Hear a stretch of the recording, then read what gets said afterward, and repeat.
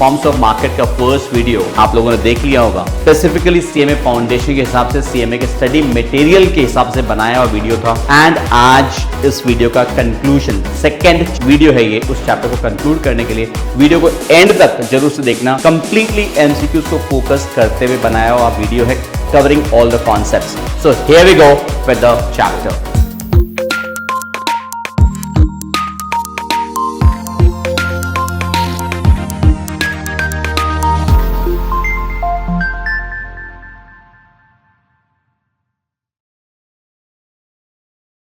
Equivalent of perfect competition वाला उस video से क्लियर था पूरा concept, short run, long run, equivalent conditions, shutdown point, break even point, supernormal profits and अपना जो सिग्निफिकेंस है अजम्पशंस का, फ्री एंट्री फ्री एग्जिट का क्या सिग्निफिकेंस है, उसके चलते फर्म्स को नॉर्मल प्रॉफिट होता है, ये आपको उस वीडियो से क्लियर था। अब आज अपने लोग इस फॉर्म्स ऑफ मार्केट में नेक्स्ट पोर्शन में जाएंगे, that is are imperfect competition. Imperfect competition हम लोग जानते हैं, any market other than perfect competition is always called imperfect competition, जिसका कि मेजर फॉर्म्स हमारा है monopoly, duopoly, oligopoly, monopolistic competition. वैसे और भी होता है, मोनोप्सोनी वगैरह भी है, राइट, बट यहाँ पे अपने पास यही है मोनोपोली। मोनोपोली वर्ड का मतलब, मोनो का मतलब क्या होता है? मोनो का मतलब होता है सिंगल, पॉली का मतलब होता है सेलर। एक मार्केट जहाँ पे एक सिंगल सेलर है of a particular commodity and उस कमोडिटी का कोई क्लोज सब्स्टिट्यूट मार्केट में नहीं होना चाहिए। क्लोज सब्स्टिट्यूट मार्केट में नहीं होना चाहिए। तो बेस्ट एग्जांपल ऑफ मोनोपोली, अगर हम पूरे कंट्री की बात करते हैं, पूरे कंट्री में best example of monopoly is Indian railways.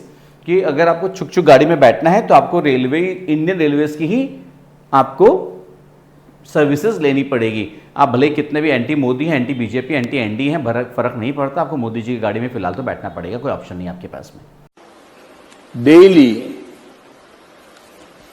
1 kg 2 kg गालियां खाता हूं। अब टाटा जी, अंबानी जी, हमारे बिरला जी, सबके पास बहुत पैसा, चाहे तो रेलवे चला सकते हैं, but they can not. Why? Because the barriers to entry, government will not allow you, because अभी तक उसको प्राइवेटाइज नहीं किया गया है। That is एक और फीचर होता है barriers to entry. Close substitute नहीं होता है। अगर आपको वही रेलवे से नफरत है, रेलवे में नहीं बैठना है, तो आपके पास में बहुत सुपीरियर सब्स्टिट्यूट है। आप एयरलाइन से जाइए, या इंफीरियर सब्स्टिट्यूट है आप रोडवेज से जाइए, और भी अच्छा सब्स्टिट्यूट है आप पद यात्रा से जाइए। आप पैदल यात्रा कीजिए, बैलगाड़ी पे कीजिए, कोई दिक्कत, साइकिल यात्रा पे निकल सकते हैं आप। सब्स्टिट्यूट्स नहीं है, वो क्लोज सब्स्टिट्यूट नहीं, सब्स्टिट्यूट है but they are not close substitutes, right. Next, so features of monopoly, there is a single firm, no close substitutes, strong barriers to entry. Strong barriers to entry क्या है? जैसे या तो government licence का system कर देता है, जैसे कि एक एक एरिया में इलेक्ट्रिसिटी, आप देखोगे आपके एरिया में इलेक्ट्रिसिटी सप्लाई एक ही कंपनी करती है, दूसरी कंपनी कोई है ही नहीं। क्यों? Because there is barriers to entry. क्या? लाइसेंस गवर्नमेंट नहीं देता है। Clear? And most important, firm and industry are same. एक ही फर्म है, वही पूरे इंडस्ट्री को रिप्रेजेंट करता है। There is one firm in monopoly market. There is no difference between firm and industry. And price maker, the single firm है तो वही प्राइस मेकर है। आपको याद है परफेक्ट कंपटीशन में पढ़ा था क्या? फर्म से प्राइस टेकर। मार्केट में प्राइस डिसाइड हो जाता है, उसी प्राइस पे फर्म्स को अपना माल बेचना पड़ता है, बट मोनोपोली में ऐसा नहीं है। तो जो फर्म है, सिंस वो इंडस्ट्री को रिप्रेजेंट कर रहा है, वो अपना प्राइस खुद डिसाइड करता है। Clear? Now comes a very important portion कि परफेक्ट कंपटीशन में AR-MR कर्व का शेप्स आपने देखा था, वो अलग तरह का होता है। मोनोपोली में AR एंड MR कर्व का शेप्स अलग होता है, राइट। मोनोपोली में आपका क्या होगा? AR-MR कर्व का शेप्स डाउनवर्ड स्लोपिंग होता है, right. AR curve is downward sloping and MR curve is also downward sloping and MR curve lies below the AR curve. MR curve will lie below the AR curve. Clear? Logic बहुत simple सा है। AR curve down sloping क्यों होगा? Because यहाँ पे ना price fixed नहीं रहता है। ज़्यादा माल बेचने के लिए, ज़्यादा रेवेन्यू के लिए सेलर क्या करता है? प्राइस को रिड्यूस करता है। तो AR curve is a downward sloping straight line. Revenue के चैप्टर में हम लोग पढ़े हैं AR curve is nothing but demand curve for the product of a firm. Since अपना एग्जाम एमसीक्यू बेस्ड है, आपको डिटेल में समझना जरूरी है। आपने परफेक्ट कॉम्पिटिशन में देखा था AR curve horizontal straight line होता है, AR curve is nothing but demand curve, and horizontal अगर कोई डिमांड कर्व होता है उसका इलास्टिसिटी और डिमांड परफेक्टली इलास्टिक होता है। क्लियर? वो वहां है, बट मोनोपोली में AR curve is downward sloping, perfectly elastic नहीं होता है, इलास्टिक है but it's not perfectly elastic. And एक और रिलेशन एआर एंड एमआर का, both are downward sloping but MR curve lies below the AR curve. That is an important point for MCQs. Clear? Next, इसके बाद आता है हमारा next point, price discrimination. Price discrimination is a very important aspect, जो कि last class में भी बताए थे ना, कि रेलवेज वाले हैं या सीएससी वाले, हमारे इलेक्ट्रिक सप्लाई वाले हैं, मोनोपोलिस्ट जो होता है ना, वो प्राइस डिस्क्रिमिनेशन आराम से कर सकता है, एक ही प्रोडक्ट को डिफरेंट कंज्यूमर्स को डिफरेंट प्राइसेस पे सेल करता है। Clear? And obviously aim, the main aim of monopoly is to get maximum profits. Profit कमाएगा नहीं कमाएगा एक दूसरी बात है, बट मैक्सिमम प्रॉफिट कमाना इज द मेन गोल। अब आता है price and output determination. Price and output determination का मतलब होता है, हम लोग जब इक्विलिब्रियम की बात करते हैं, क्लियर, तो एक बार ध्यान रखो, मोनोपोलिस्ट है, सिंगल सेलर है, पूरा मार्केट पे कमांड है, but that does not mean कि प्राइस एंड आउटपुट दोनों को कंट्रोल कर सकता है। रिमेंबर, भले ही सिंगल सेलर है, वो या तो प्राइस को कंट्रोल कर सकता है या आउटपुट को, but not both at the same time.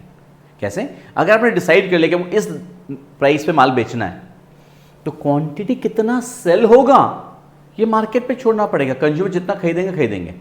आप कंट्रोल थोड़ी कर सकते हो कि नहीं इतना खरीदना ही पड़ेगा, और ये आप डिसाइड कर लो कि हमको इतना माल बेचना है, तो जिस प्राइस से बिके बिकने दो उसको आप।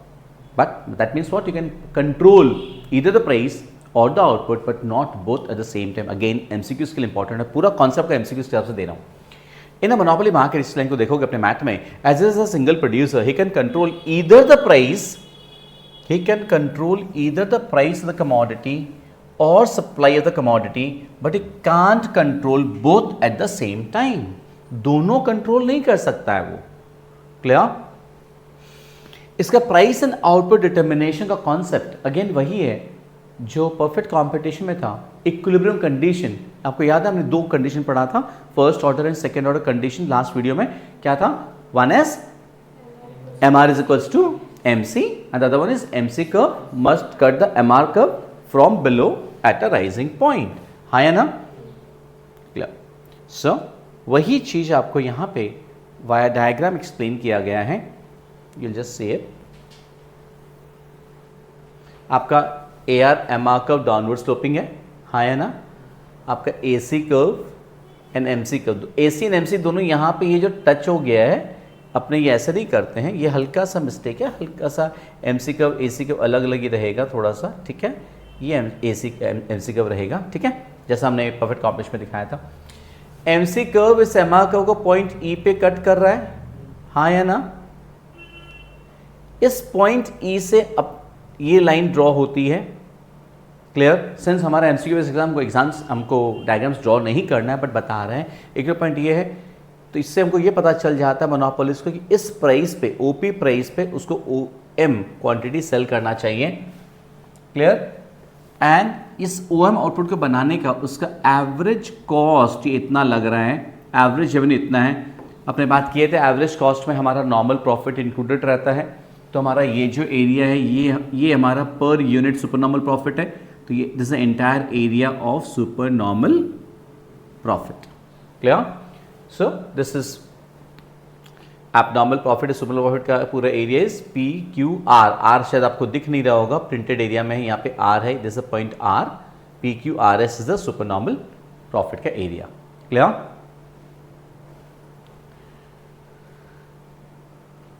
नेक्स्ट आता है हमारा duopoly market.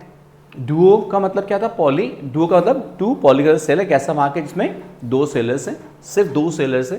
Clear? Oligopoly market का एग्जांपल बताए थे लास्ट क्लास हम लोग किए थे शायद, कि there are few sellers countable, जिसको फिंगर्स पे काउंट कर सकते हो। याद है इंडिया में mobile service industry is an example of oligopoly market, right? Automobile industry is again example of oligopoly market. Gas industry, यहाँ पे टेलीकॉम का एग्जांपल दिया हुआ नहीं है, आप वो भी लिख सकते हो, telecom service providers, right? Next,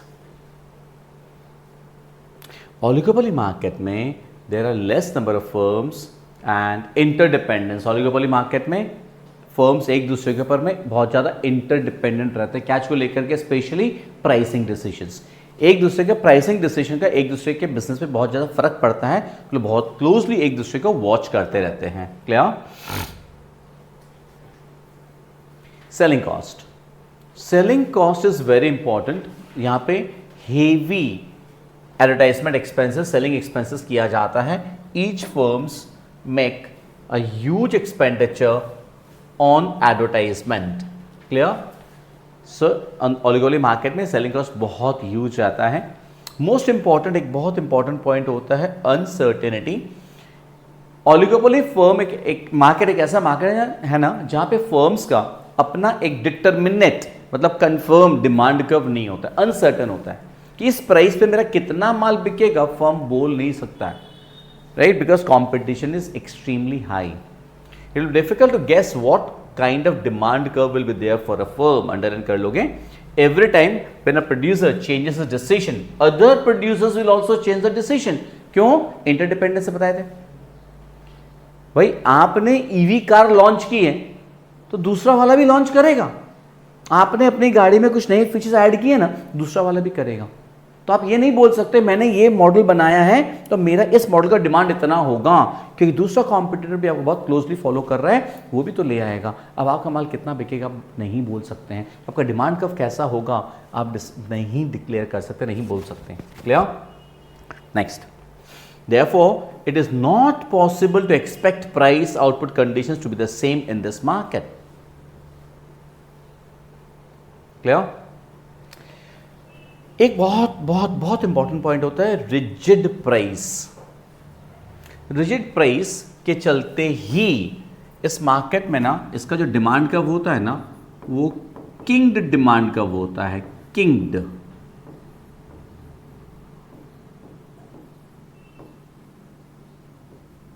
किंग्ड demand curve का मतलब होता है कि demand curve at A given point bend हो जाता है।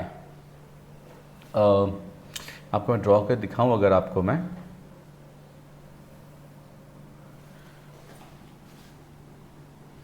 मोनोपोली मार्केट में डिमांड कर्व कुछ इस तरह का होता है।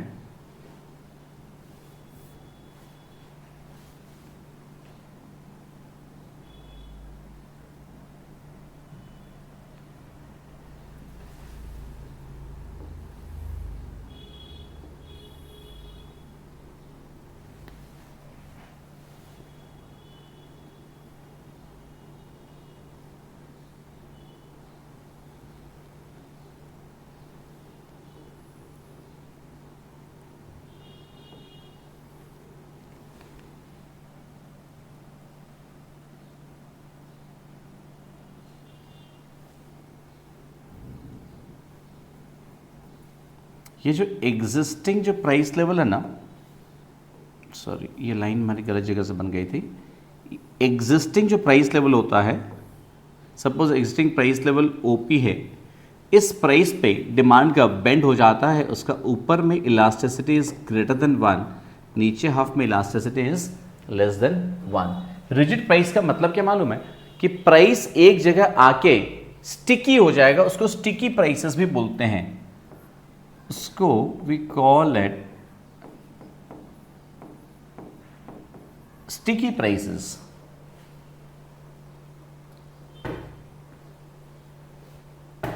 एंड ये जो स्टिकी प्राइस का कॉन्सेप्ट है, this was given by professor Sweezy. Swiggy मत बोलिएगा, आप लोग की जिंदगी में स्विगी ज्यादा इंपॉर्टेंट हो गया आजकल। स्वीजी, प्रोफेसर स्वीजी ने, आपको स्वीटी भी मत समझ लीजिएगा, अपने किसी गर्लफ्रेंड का नाम अगर हो, अगर इट्स स्वीजी। प्रोफेसर स्वीजी ने एक कॉन्सेप्ट दिया था। इसका मतलब क्या मालूम है? आप एक बार सोचिए, सपोज मैं अगर ये वोडाफोन वाले की बात कर रहा हूँ, वोडाफोन आइडिया की बात कर रहा हूँ, वोडाफोन का फिलहाल कॉल चार्जेस ये है ओपी प्राइस पे।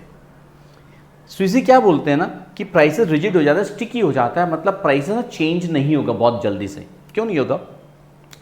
Eight this price level, at OP price demand इतना है। अब अगर वोडाफोन वाला आप एक बार सोचिएगा, वोडाफोन वाला अगर प्राइस बढ़ाने की सोचता है, प्राइस बढ़ाता है, अगर वो प्राइस थोड़ा सा भी बढ़ाएगा, दूसरे कॉम्पिटिटर, पहली बात आपको ये सोचना है इसके इस पाथ को फॉलो करेंगे या नहीं करेंगे। सोचिएगा, आप मान लीजिए एयरटेल के मालिक आप हैं, वोडाफोन वाले ने अपना दाम बढ़ाया, कॉल चार्जेस बढ़ाया, आप क्या करेंगे? आप नहीं बढ़ाएंगे। क्यों नहीं बढ़ाएंगे मालूम है? क्योंकि आपको मालूम है वोडाफोन वाले ने ना ऐसी गलती की कि कुल्हाड़ी पे पांव मारा है। क्यों? अब वोडाफोन के कस्टमर्स अपने आप आपके पास आ जाएंगे, हाँ या ना? कहने का मतलब है वोडाफोन अगर थोड़ा सा प्राइस बढ़ाएगा, उसका डिमांड बहुत ज़्यादा फॉल हो जाएगा, हाँ या ना? तो वोडाफोन वाले को दाम बढ़ा के फायदा होगा या नुकसान? तो मतलब वो नहीं बढ़ाएगा। प्राइस थोड़ा सा बढ़ाएगा, डिमांड ज़्यादा फॉल हो जाएगा, मतलब इलास्टिसिटी ऑफ डिमांड क्या होगा? Greater than 1। इसी को तो इलास्टिक डिमांड बोलते हैं, तो नहीं बढ़ाएगा वो। अब आते हैं कम करने की बात। वोडाफोन वाला अगर दाम कम करता है तो एयरटेल वाला क्या करेगा? चुपचाप बैठा रहेगा या वो भी अपना कम करेगा? ऑब्वियसली कम करना पड़ेगा उसको मजबूरी में, क्यों? अब उसको डर है क्या उसने कम किया, अगर मैंने कम नहीं किया तो मेरे कस्टमर सुधर चले जाएंगे, हाँ या ना? Now in that case Vodafone वाला अगर अपना प्राइसेस 20% कम कर देता है, एयरटेल भी तो कम करेगा, तो वोडाफोन का सेल्स बहुत ज़्यादा बढ़ेगा? नहीं बढ़ेगा, थोड़ा बहुत बढ़ेगा, ज़्यादा नहीं बढ़ेगा, हाँ या ना? क्योंकि कॉम्पिटिटर भी तो प्राइस कम कर दे रहे हैं, हाँ या ना? तो आपका सेल्स पे, आपके रेवेन्यू में बहुत ज़्यादा फर्क नहीं पड़ेगा। इसका मतलब क्या है? दाम कम करके फायदा नहीं है, हाँ या ना?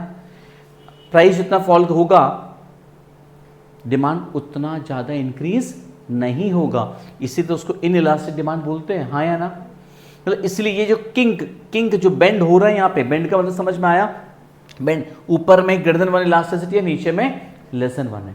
किंग का मतलब समझ में आ गया। स्टिकी प्राइसेस का कौन सा समझ में आया? कि प्राइसेस रिजिड हो गया, स्टिकी हो गया, काफी दिनों तो प्राइसेस चेंज नहीं होते हैं इस मार्केट में, right? That is a concept given by professor Sweezy, MCQs के लिए इंपॉर्टेंट चीज है। उसके बाद हम लोग आते हैं नेक्स्ट टॉपिक पे। नेक्स्ट टॉपिक इसमें क्या है हमारा?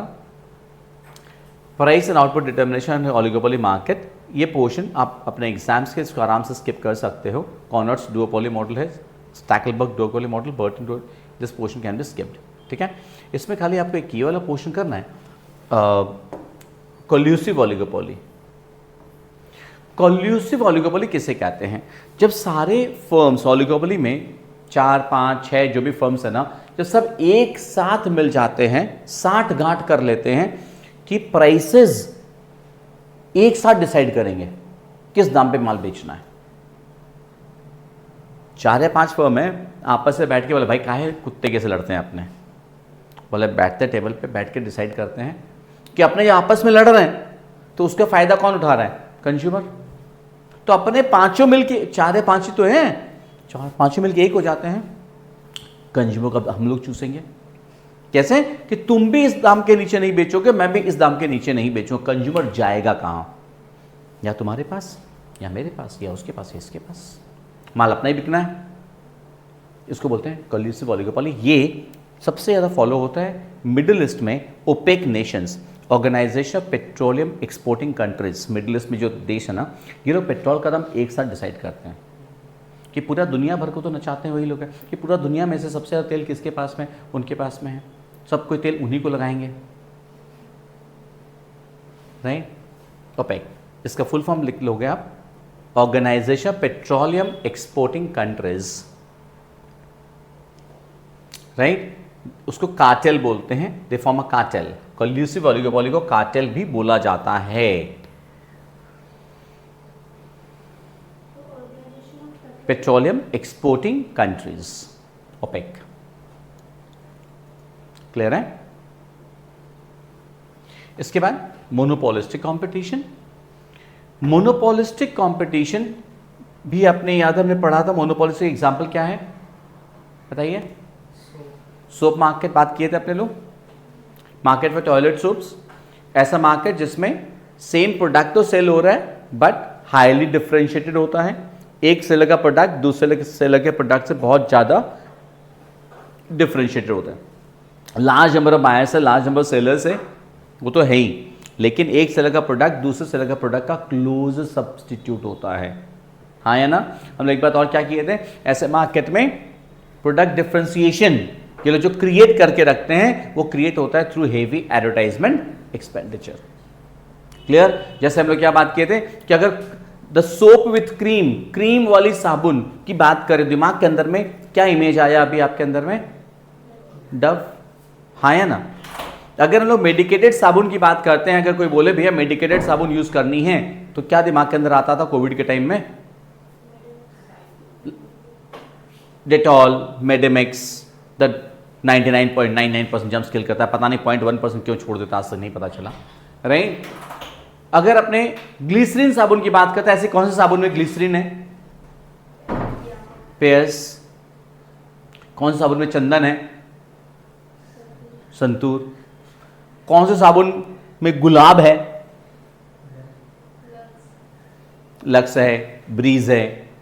नींबू वाली साबुन कौन सी है? अब मत बोलना बर्तन धोने के साबुन का नाम मत ले लेना यार, मैं नहाने की साबुन की बात करता हूं। कौन साबुन में नींबू है? सिंथॉल, लिरिल। कहने का मतलब क्या है भैया, लिरिल नहीं मिलेगा तो डेटॉल से नहा सकते हैं, डेटॉल नहीं मिला तो लक्स से भी नहा सकते हैं, लक्स नहीं मिला तो संतूर से भी नहा सकते हैं, संतूर नहीं मिला तो नहाना है यार, नहा लिया करो। कहने का मतलब है close substitutes of each other, product differentiation है, large number of buyers and sellers हैं, that is a monopolistic competition. कौन से monopolistic competition was introduced by professor Chamberlin, underline कर लोगे, this is important for your MCQs. Clear? It's a market with many sellers for a product, but the products are different in certain respects. Features क्या है? Features monopoly and competition दोनों का combined features होता है। Cosmetics, soaps, ये सब examples हैं। Considerable number of producers, मतलब large number of producers. Product differentiation होता है। Free entry and free exit होता है, राइट? परफेक्ट कॉम्बिनेशन वाले फीचर्स ही हैं। सेलिंग कॉस्ट मतलब एडवर्टाइजमेंट एक्सपेंसेस बहुत ज़्यादा होता है। Clear? Imperfect knowledge, perfect knowledge नहीं होता है। परफेक्ट कंपटीशन में कंज्यूमर्स को परफेक्ट नॉलेज होता है, बट यहाँ पे परफेक्ट नॉलेज नहीं होता। क्यों नहीं परफेक्ट नॉलेज होता मालूम है? क्योंकि हेवी एडवर्टाइजमेंट करके आपके दिमाग के अंदर में बैठा दिया गया है कि ये फीचर चाहिए तो यही साबुन बेटर है। हाँ या ना? हेवी एडवर्टाइजमेंट के थ्रू बैठा दिया गया कि बेटा लंबा होना है तो कोई और हेल्थ ड्रिंक नहीं पीना है, कॉम्प्लान पीना है तो ही लंबा होना है। हाँ या ना? कैसे बैठा दिया है? एडवर्टाइजमेंट कर करके। तो इसका मतलब बायर को परफेक्ट नॉलेज तो नहीं है, बायर को परफेक्ट नॉलेज तो नहीं है। लॉन्गर, स्ट्रॉन्गर, शार्पर होना है तो हॉर्लिक्स पीना है, बट बायर को क्या इसका नॉलेज है? तो इसके पीछे कोई साइंटिफिक रिसर्च है? कुछ साइंटिफिक प्रूफिंग है? कुछ नहीं है, बट उन्होंने ऐड मार मार के बैठा दी दिमाग के अंदर में। फॉर एग्जाम्पल मैं, हाँ भाई मैंने भी बहुत कंप्लेन किया था भाई, सारी बातें काल्पनिक है, इनका वास्तविकता से कोई लेन देन नहीं है। Any resemblance with any character living और dead is purely coincidental, right? कई कल दिन कंप्लेन वाले मेरे पे केस ना ठोक दें, राइट? Next, pricing decisions. हर फर्म अपना खुद का प्राइस डिसाइड करता है, मतलब फर्म से प्राइस मेकर। हाँ, प्राइसिंग में हल्का फुल्का डिफरेंस रहता है। क्लियर? नेक्स्ट, डिमांड कर्व क्या होगा? डाउनवर्ड स्लोपिंग होगा। Demand curve downward sloping and more elastic. इसका price and output determination exactly monopoly के जैसा होता है। Clear? Perceived and proportional demand curve वाले से कोई मतलब नहीं है।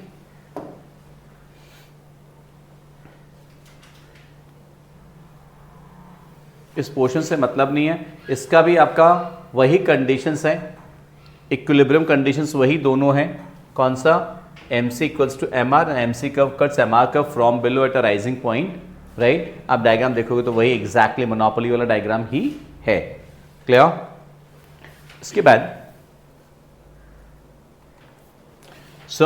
इसके बाद इस पोर्शन से लॉन्ग रन इक्विलिब्रियम हो या शॉर्ट रन इक्विलिब्रियम, कुछ और अलग से नहीं करना है। मोनोपोली का जो कंडीशंस था वही परफेक्ट कंपटीशन का, वही मोनोपोलिस्टिक का। इक्विलिब्रियम कंडीशन की बात कर रहा है। क्लियर? जैसे मोनोपोलिस्ट को, एक मोनोपोली फर्म को, अभी आपने अपने डायग्राम में देखा था, मोनोपोली में सुपर नॉर्मल प्रॉफिट होता है, बट मोनोपोलिस्ट को लॉसेस भी तो हो सकता है। उसको सिर्फ नॉर्मल प्रॉफिट भी हो सकता है। The same goes with monopolistic competition as well. ठीक है, इसमें लॉन्ग रन इक्विटी वाला पोर्शन आपको कुछ भी नहीं करना एग्जामिनेशन पॉइंट ऑफ व्यू से। क्लियर। एंड उसके बाद सेलिंग कॉस्ट के बाद बता ही दिए थे दैट सेलिंग कॉस्ट यहाँ पे बहुत यूज होता है। क्लियर, बस इतना से बात ध्यान में रखना था और कुछ नहीं था। क्लियर, इस पोर्शन से और अपने को कुछ भी नहीं करना है। This is about this chapter on forms of market. Clear. So everyone, ये फॉर्म्स ऑफ मार्केट का चैप्टर पूरा क्लियर होगा आपको। एंड जैसा कि वादा किया था, आपके सीएमए फाउंडेशन के लिए हर चैप्टर का वीडियोस आपके खुद के यूट्यूब चैनल पे आएगा, आपके जैन ट्यूटर्स के चैनल पे आएगा। आपको वीडियो कैसा लगा कमेंट सेक्शन में जरूर से लिख के बताना। और क्या चाहिए जस्ट लेट मी नो। आपका सीएमए फाउंडेशन में फाड़ के नंबर दिलाने का वादा है मेरा। Thank you so much.